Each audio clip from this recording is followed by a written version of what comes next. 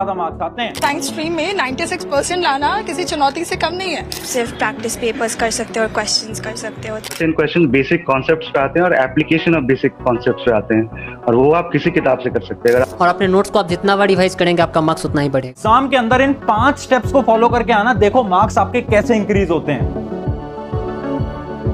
सो hi everyone, मेरा नाम है Prashant, mentor of thousands of students. अच्छा, आपने नोट करा होगा ना, कुछ ऐसे आपकी क्लास के स्टूडेंट्स होंगे, या तो वो स्टूडेंट आप भी हो सकते हो, जो कि एग्जाम से कुछ दिन पहले पढ़ते हैं, 1 रात पहले पढ़ते हैं, 2 रात पहले पढ़ते हैं और मार्क्स बहुत अच्छे लेकर आते हैं। पता है ऐसा क्यों पॉसिबल हो पाता है? क्योंकि वो स्टूडेंट्स स्मार्ट स्टडी करते हैं। अब सोच रहे होगे स्मार्ट स्टडी होती कैसे है, वही आज बताने आया हूं। 5 स्टेप्स बताऊंगा स्मार्ट स्टडी के, अगर इनको फॉलो करा मार्क्स आपके ऑटोमेटिकली इंक्रीज होंगे और शायद आप भी अपनी क्लास के टॉपर बहुत आसानी से बन पाओगे, वो भी कम समय के अंदर। एक एक करके सारी टिप्स समझाता हूं। पहली टिप समझाता हूं बड़ी ही एक इंटरेस्टिंग स्टोरी के साथ। ये स्टोरी है एक स्कूल की।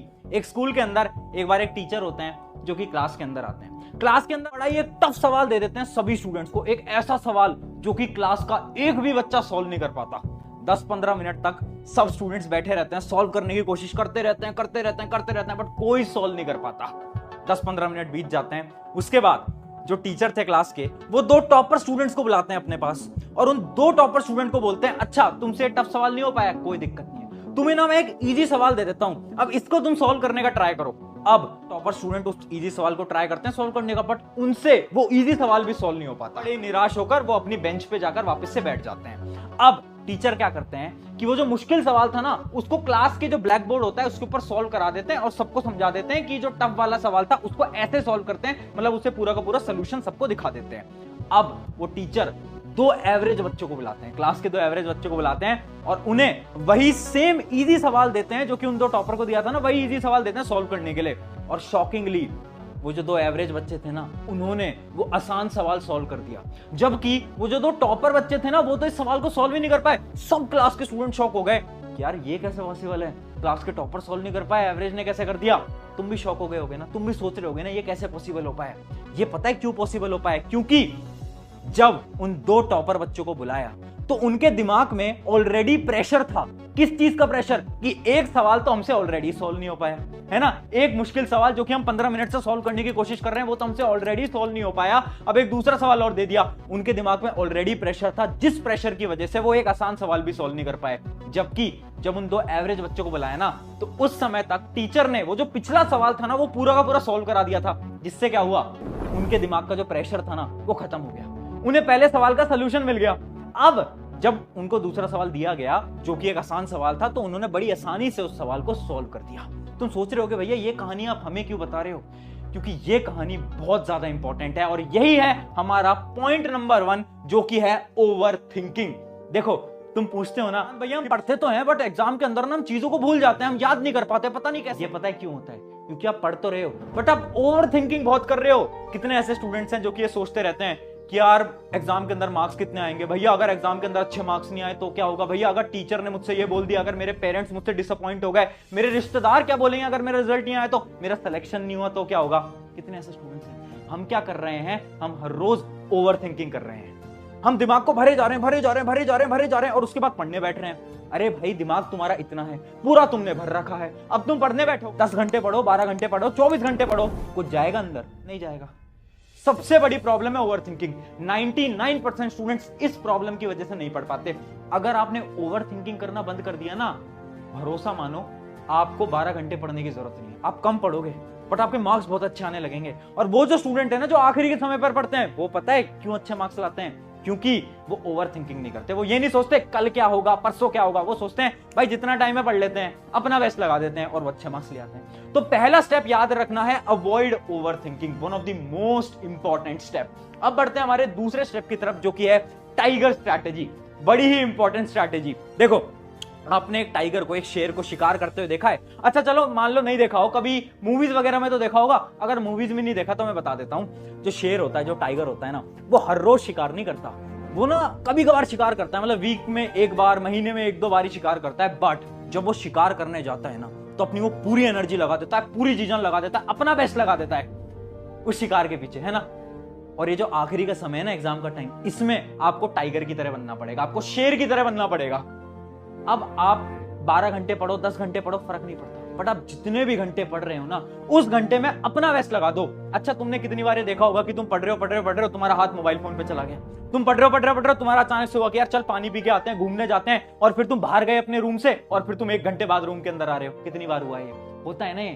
तो हम पढ़ते तो हैं, बट हम अच्छी तरीके से नहीं पढ़ते। तो अब से आपको क्या फॉलो करना है? Tiger strategy. टाइगर स्ट्रेटेजी ये बोलती है कम पढ़ो, 5 घंटे पढ़ लो, 4 घंटे पढ़ लो, 6 घंटे पढ़ लो, फर्क नहीं पड़ता, बट उस समय पर आपको तपस्या करनी होगी। तपस्या मतलब कि भैया सब कुछ भूलना पड़ेगा। मोबाइल फोन कहां है? दूर रख दो, दूर रख दो।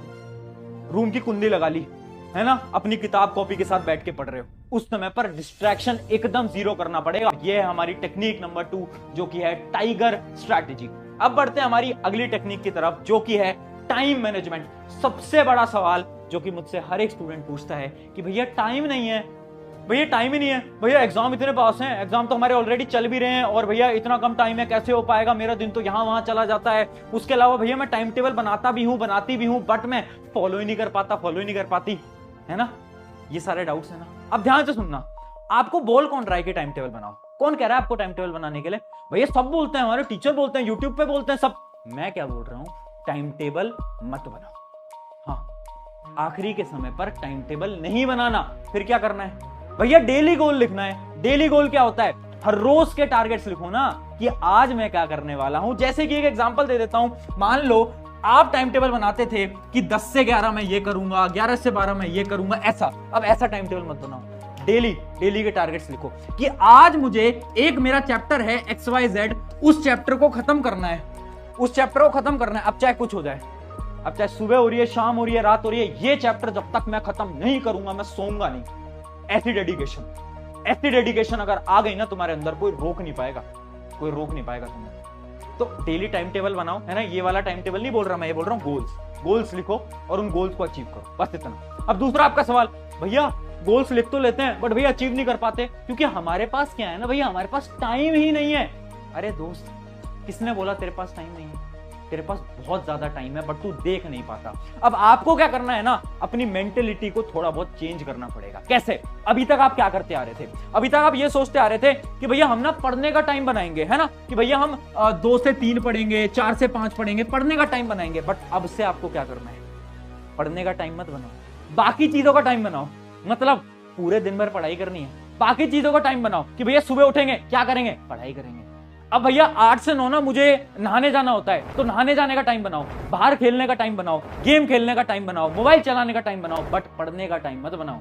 समझ पा रहे हो हम क्या कर रहे हैं? हमारे दिमाग की जो साइकोलॉजी है उसको घुमा रहे हैं। अभी तक हम पढ़ने का टाइम बना रहे हैं। मैं क्या बोल रहा हूं? पढ़ने का टाइम मत बनाओ, बाकी चीजों का टाइम बनाओ।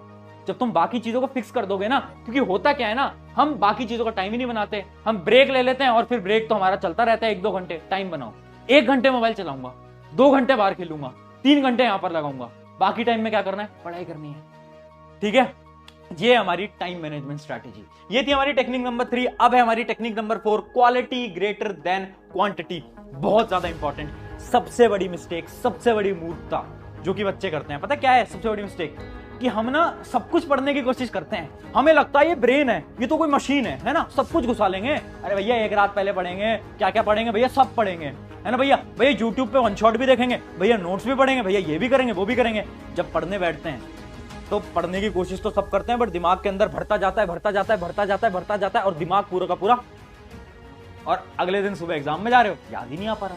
याद कैसे आएगा? सब कुछ तो भर रखा है, कैसे लिख पाओगे? तो करना क्या है, इमेजिन करो आपके एग्जाम के अंदर आ रहे हैं 10 चैप्टर। मैं क्या बोल रहा हूं, 10 चैप्टर मत पढ़ो, पूरे चैप्टर मत पढ़ो, 8 चैप्टर पढ़ लो, 8 चैप्टर पढ़ लो। बट ये जो 8 चैप्टर है ना, उनको ऐसे करके जाओ कि अगर एक भी सवाल आ जाए एग्जाम के अंदर तो बोल दो कि भैया आता है मेरे को। ठीक है, तो सब कुछ मत पढ़ो, बट जितना पढ़ो उसको ऐसे पढ़ो ना कि भैया याद रहना चाहिए, रिवाइज करो उसको बार बार। Revision is important. ठीक है, तो ये होता है हमारा क्या, quality is greater than quantity. और मैंने तो बहुत सारे बच्चों को देखा है, अपना समय कहां लगाएंगे? नोट्स बना रहे हैं। अरे भाई आखिरी के समय पर नोट्स क्यों बना रहे हो तुम? आखिरी के समय पर नोट्स बना रहे हैं, अपने 2-2 घंटे बैठ के नोट्स बना रहे हैं। आखिरी के समय पर नोट्स नहीं बनाए जाते, ऐसी गलती मत करना। ठीक है, अगला और सबसे इंपॉर्टेंट पॉइंट, आखिरी पॉइंट, जो कि है मेक योर व्हाई क्लियर। इसको मैं छोटे से स्टोरी और एक एग्जांपल के साथ समझाता हूं। इमेजिन करो 2 बिल्डिंग हैं, ये है हमारी बिल्डिंग नंबर 1 जिसको मैं B1 बोल रहा हूं, और ये है हमारी बिल्डिंग नंबर 2 जिसको मैं B2 बोल रहा हूं। ठीक है, आप हो यहां पर, ठीक है, और बिल्डिंग 2 के अंदर अचानक से आग लग जाती है। क्या आप अपनी बिल्डिंग को क्रॉस करके अब बिल्डिंग 2 के अंदर जाओगे? भैया ये कैसा सवाल पूछ रहे हो? ऑब्वियस सी बात है, हम नहीं जाएंगे, हम बेवकूफ थोड़ी ना, मूर्ख थोड़ी ना, हम आग लगी हुई बिल्डिंग में जाएंगे। चलो मैं तुम्हें 10 लाख रुपए देता हूं, जाओगे? भैया नहीं यार, 10 लाख रुपए हमारी जिंदगी से इंपॉर्टेंट थोड़ी है। चलो मैं तुम्हें 20 लाख रुपए देता हूं, जाओगे? नहीं भैया, जिंदगी इंपॉर्टेंट है ना। अब ध्यान से सुनना, इमेजिन करो बिल्डिंग 2 के अंदर तुम्हारे कोई रिलेटिव्स हैं, तुम्हारे रिश्तेदार हैं, या फिर तुम्हारे पेरेंट्स हैं, है ना, तुम्हारे मम्मी पापा हैं। अब क्या करोगे? भैया अब तो जाएंगे। अब क्या मुझे तुम्हें पैसे देने की जरूरत है यहां पर जाने के लिए? नहीं, तुम बिना पैसे के जाओगे। क्यों? क्योंकि तुम्हें इस बिल्डिंग 2 में से अपने मम्मी पापा को बचा कर लाना है। हाँ है ना, हाँ है ना। इस केस के अंदर क्या हुआ, पहले आप इस बिल्डिंग में नहीं जा रहे थे, बट जब मैंने आपका वाई क्लियर किया, जब मैंने आपको एक रीजन दिया, जैसे आपको रीजन मिला, आपने बोला अब तो जाना पड़ेगा, है ना। सिमिलरली पढ़ाई के अंदर आपको क्या करना है, अपने वाई को क्लियर करना है। हम पढ़ क्यों नहीं पाते? क्योंकि हमारा वाई क्लियर नहीं है। कितने स्टूडेंट से सवाल पूछते हैं कि भैया मन नहीं हो रहा। मन इसलिए नहीं हो रहा क्योंकि तुम्हारा वाई क्लियर नहीं है। 95 लानी है, भैया IIT के अंदर जाना है, भैया नीट के अंदर जाना है। मैं सवाल पूछूं क्यों, वो नहीं पता, भैया बस लाना है। क्यों? अरे वाई तो क्लियर कर ले दोस्त। जब तक वाई क्लियर नहीं होगा तब तक कैसे हो पाएगा? ठीक है, और क्या है तुम्हारा वाई? आज सोचो और इस वीडियो के अंदर कमेंट करो। इस कमेंट के अंदर सब स्टूडेंट्स अपना वाई बताएंगे कि तुम्हारा रीजन क्या है, क्यों लानी है 95, क्यों करना है टॉप, क्यों करना है IIT JEE, क्यों? रीजन क्या है? वाई। हर एक स्टूडेंट आज अपना वाई लिखेगा, जिससे कि तुम्हें याद रहेगी यार ये मेरा रीजन है जिसकी वजह से मुझे मेहनत करनी है और पढ़ाई करनी है। तो ये थी आज की वीडियो जिसके अंदर मैंने आपको 5 स्मार्ट स्टडी की टिप्स बताई। अगर इन टिप्स को फॉलो करते हो, और मैं बोल रहा हूं अगर सच में फॉलो करते हो, वीडियो देख के चले जाओगे भूल जाओगे, कोई फायदा नहीं है दोस्त। सच में फॉलो करो, ट्राई करो, देखना कुछ दिन के अंदर रिजल्ट्स मिलेंगे और जो आपके मार्क्स हैं वो अचानक से इंक्रीज हो जाएंगे। शुक्रिया एवरीवन, मेरा नाम है प्रशांत। अगर वीडियो अच्छी लगती है चैनल सब्सक्राइब करना वो आपकी मर्जी है, बट अपने एक दोस्त के साथ तो जरूर शेयर कर देना। शुक्रिया एवरीवन।